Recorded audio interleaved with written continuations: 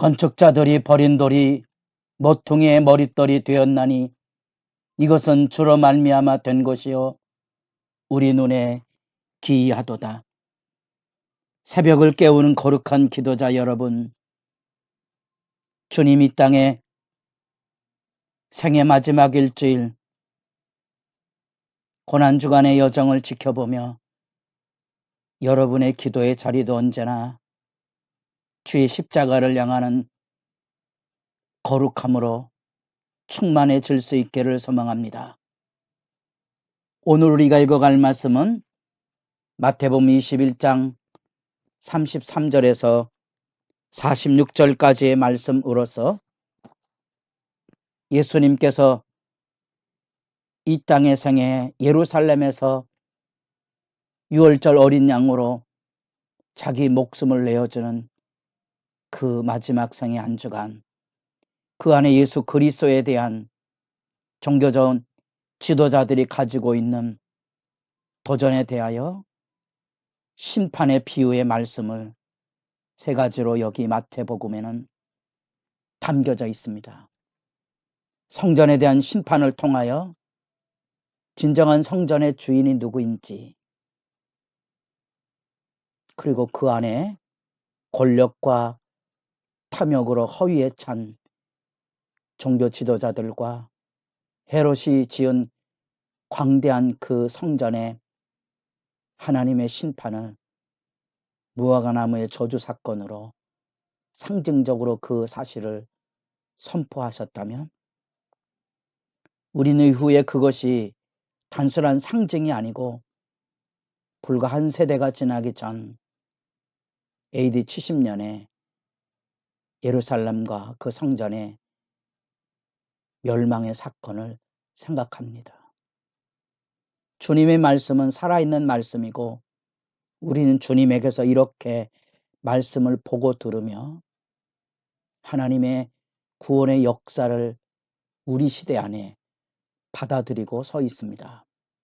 오늘날 나와 우리 교회는 만민이 기도하는 집으로서의 영광을, 우리는 이 땅에 여기가 하나님의 통치 아래 있는, 하나님의 말씀을 따르고 주의 말씀에 순종하고 그 영광을 향하여 자기 목숨을 내어줄 만한 거룩한 희생과 헌신을 통하여 주의 역사 앞에 서 있는지를 물어야 하는 거지요. 그것이 바로 이 예수 부활을 기억하고 교회가 지켜오던 기도의 시간들에 대한 성찰입니다.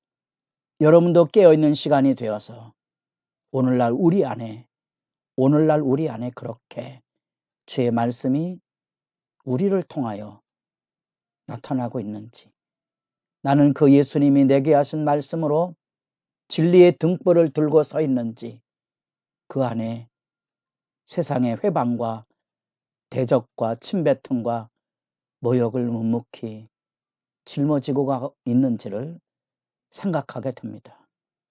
오늘 이 포도원 농부 비유는 아버지와 아들의 비유에 이어서 두 번째 심판에 대한 경종의 비유 말씀입니다. 여기는 아주 적나라하게 하나님의 말씀의 사실과 예수 그리스도가 겪어야 될 고난과 멸시 천대의 사실과 이후로 교회 사도행전에 나오는 예수의 제자들이 겪어야 될 사실 그대로를 선연하게 보여주고 있습니다. 다른 한 비유를 들으라. 비유의 말씀으로 그들을 깨웁니다. 비유의 말씀을 그대로 깨웁니다. 그 비유의 말씀으로 그들을 깨우는 이유가 있다면 여기 45절에 대제사장들과 바리새인들이 예수의 비유를 듣고 자기들을 가리켜 말씀하신 줄 알고 주의 말씀의 마지막 심판을 외침으로써 회개하고 주께로 돌아오게 하시려는 복음의 초대지요. 그 안에 여기 포도 농부의 비유를 들려줍니다. 예수님 당대에는 로마 압제에 있었기 때문에 경제적인 곤궁과 가난을 면하지 못하는 상황이었습니다. 돈 많은 부자들이나 외국 자본이 들어와서 포도원을 세우면 오늘날 우리들도 세계 경제의 관심사가 자본이 어디에 투자가 되느냐 아닙니까? 그러니까 이 포도원을 일군다는 말은 자본 투자가 되는 거고, 그곳에는 많은 사람들을 고용할 수 있는 고용기회가 창출된 그런 사례입니다. 어쩌면 고마워해야 될 은인이지요.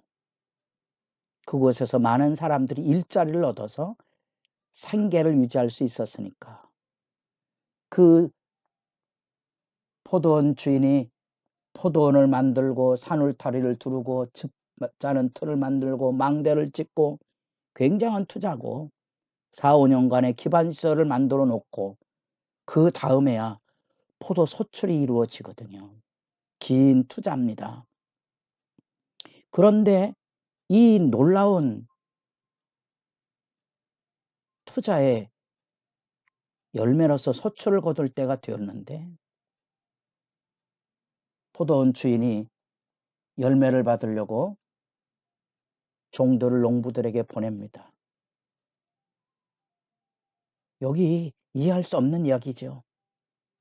그 농부들이 자기들에게 일자리를 열어주었던, 수년간의 노동에 대한 대가를 치러주었던 그 주인이 보낸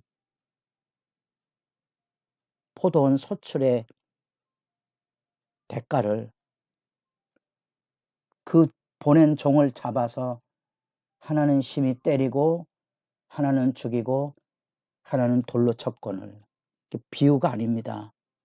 우리가 구약 성경에서 하나님께서 이스라엘 백성들에게 보낸 선지자들을 바로 이스라엘 백성이 그렇게 때리고 죽이고 돌로 쳤지요. 예레미야를 기억하십니까? 폭행을 당하고. 우리야를 아십니까? 스가랴를 기억합니까? 말씀을 찾아서 읽어보십시오. 이게 실제 사례였구나. 또 여러분, 예수님이 당한 수모와 아픔도 여기 때리고 죽이고, 이 예수님의 삶 안에도 있고, 이것이 사도행전에 이어지면 스데반으로 이어진 돌로 치는 사건 기억하십니까? 그냥 비유가 아니고요, 역사적인 사실에 대한 얘기입니다. 어쩌면 예수님께서 제자들을 부를 때 마태복음 1장에서부터 16장 하나님의 사역을 이루는 그 정점에 서서 너희는 나를 누구라고 하느냐? 주는 그리스도십니다. 그리스도는 바로 이 길, 사람들에게 버림받고 멸시와 고난과 조롱을 받아 죽어야만 되는 그 길을 소개하고 있고, 예수님이 지금 그 길을 가고 계십니다.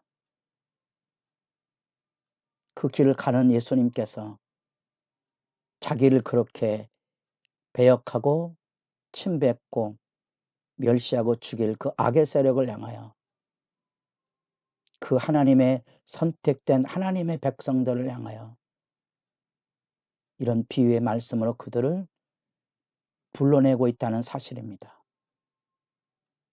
무서운 악의 실체를 우리가 이곳에서 만납니다. 아, 이런 것들이 악이구나. 결국은 두 번째 종을 보내고 똑같은 일이 자행이 되고, 심지어 이제는 아들은 내 얼굴을 봐서라도 함부로 대하지 않을 거라. 세상에 이런 주인이 어디 있습니까? 이런 법은 없습니다. 근데 그 주인은 한 번 더 종을 보내고 심지어 아들까지 보냅니다. 하나님에 대한 이야기를 하고 싶은 겁니다. 하나님의 그 오래 참음과 자비로움. 그런데 그 아들마저도 이제 이가 상속자니 이를 잡아 죽이면 포도원 자기들이 주인 노릇을 할 수 있다는 그런 오만한 생각에, 배역의 생각에 아들까지 처형해 버립니다. 그래서 예수님께서 비유를 통하여 묻습니다. 포도원 주인이 올 때에 그 농부들을 어떻게 하겠느냐? 그 농부들을 어떻게 하겠느냐? 아들마저도 포도원 밖에 내쫓아 죽였느니라. 영문 밖에 그리스도를 생각하며 눈물을 쏟을 수밖에 없는 악의 현실. 그들이 압니다. 그들이 압니다. 그 악한 자들은 진멸하고 포도원은 제때 열매를 바칠 만한 다른 농부들에게 새로 줄지니라. 예수님께서 건축자들의 버린 돌 시편의 말씀을 인용하며 그들을 깨웁니다.